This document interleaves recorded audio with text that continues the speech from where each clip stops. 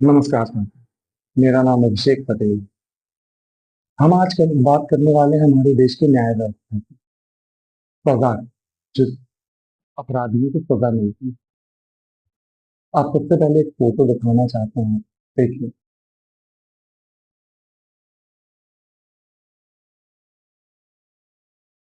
पिछले कुछ सालों से अपराध जो है वो लगातार इस तरह बढ़, महिलाओं पे, बुजुर्गों पे, लोगों पे, नागरिकों पे लगातार ही अपराध बढ़ रहे हैं। एक लड़की सऊदी अरब से दुबई से एक वीडियो बना के भेजती, देखिए ये।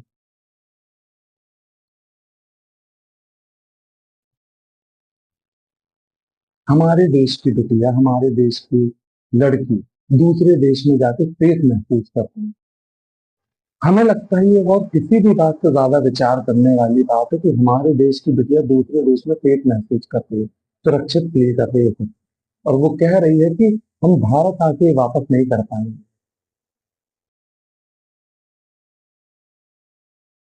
एक ये फोटो आपको याद है, मुस्कान, मुस्कान ने जो है सौरभ राजपूत की हत्या की अपने साथियों के साथ मिलकर पक्का हुई। उसमें जब से मोड़ ही आ रहे हैं। क्यों आ रहे हैं भाई इतने मोड़? जब गुनाह पक्का हो गया, आरोप साबित हो गया, क्यों फांसी नहीं देते हैं? एक और कुछ समय पहले का जो केस है, वो सोनम और राजा राम, वो आप देखिए, आपको पता होगा। इतने मोड़ आ रहे हैं, इतने मोड़ भारत में इतने मोड़ नहीं है जितने मोड़ केस में आते हैं भाई। आरोप साबित हो गया, आप फांसी दीजिए। क्यों ऐसे अपराधियों को हम जेल में रख के जेल भर रहे हैं? जेल का अर्थ क्या होता है?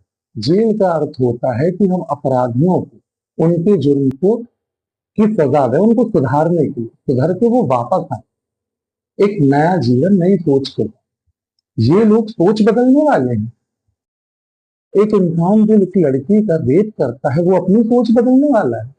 एक लड़की के रेप का दर्द समझते हैं? उसकी शारीरिक से ज्यादा आंतरिक, मानसिक स्थिति खराब हो जाती है, उसका पूरा जीवन नष्ट हो जाता है। ऐसे इंसानों को हम सुधारने के लिए जेल में रखें, खिला रहे हैं? ये अपराधी नहीं सुधर, जिनने ऐसे क्रूर अपराध किए हैं, जितने जिन्होंने ऐसी निर्मम हत्याएं की हैं मासूम लोगों की, वो अपराधी अ, इस तरह की जेल में रखने वाली सजा के लायक नहीं है। हमारा कहना यह है कि इंसाफ इस तरह का हो कि अगर इस तरह के घिनौने, शर्मसार कर देने वाले मानवता अपराध करता है तो उनको एक हफ्ते के अंदर फांसी की सजा दी जाए, और फांसी लाइव दी जाए, सोशल मीडिया पे दिखाई जाए, न्यूज में दिखाई जाए। अपराधियों को दिखना चाहिए, जो अपराध करने का सोच भी रहे उनको पता होना चाहिए कि अगर हम अपराध करते हैं तो इस तरह की हालत होती है। इंसान को अपनी जिंदगी में सबसे बड़ा डर जो है वो मौत का होता है। जब वो देखेंगे सामने तो उनको समझ में आएगा कि अपराध करके क्या होता है। छुपे कमरे में दे दी जाती है, हम न्यूज में सुनते हैं। कुछ साल पहले, एक्चुअली अब तो फांसी भी बहुत रेयर होती है अपराधियों को। कुछ साल पहले सुना था, उसने सुबह ये खाना मांगा, उसने सुबह ये ये खाने में मांगा, उसने अपनी आखिरी इच्छा ये बताई। अरे क्यों आखिरी इच्छा पूरी करना ऐसे लोगों की? उनने आखिरी इच्छा पूछ के मारा होगा, उनने आखिरी इच्छा पूछ के रेप किया होगा। हम क्यों करते हैं? मानव विचार, इंसानियत के नाते। जो खुद इंसान नहीं है उनके साथ किस बात के इंसान? रावण को हम जलाते हैं, किस वजह से जलाते हैं? जबकि रावण तो पूरी जिंदगी, जब माता सीता का हरण किया तो भी उसने अपनी मर्यादा में रह के उनको एक दूर एक जगह पे रखा, कभी हाथ नहीं लगाया।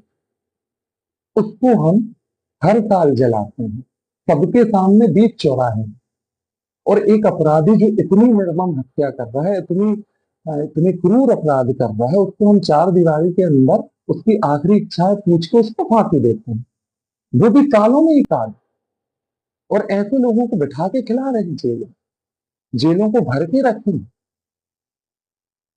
हमारी लोगों से अपील है, हमारी सरकार से अपील है कि कृपया, जब कानून बने थे तब इतना ज्यादा भारत देश में अपराध नहीं था, इतनी क्रूर हत्याएं, इतने निर्मम अपराध नहीं होते। समय बदल गया है। 2025 में ये हाल है तो 2050 का सोचिए आप। और ये बढ़ने वाला है जब तक हम कोई ठोस फैसले नहीं ले। ठोस फैसले लेने पड़ेंगे, कानून कठोर करने पड़ेंगे। अगर हमें देश की तरक्की देखनी, जो अच्छे लोग हैं उनकी सेफ्टी देखनी, तो हमें कठोर कानून करने पड़ेंगे। एक अमीर आदमी अपनी सुरक्षा के लिए इंतजाम कर सकता है, अपने बच्चों के लिए सिक्योरिटी लगा सकता है।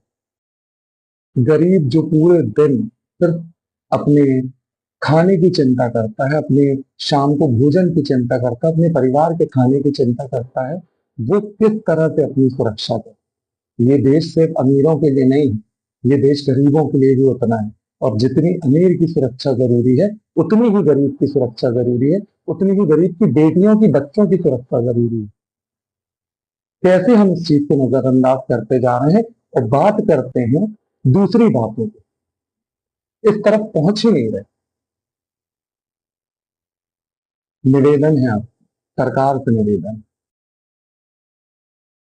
कृपया कानून में बदलाव लाएं। हमारी जो न्याय व्यवस्था है उसको इस तरह से बनाएं कि अपराधियों को डर हो, अपराध करने के पहले उनके मन में 10 बार आए कि भारत में अपराध करने की सजा क्या है। विराट कोहली साहब, उनका एक स्टेटमेंट देखिए आप।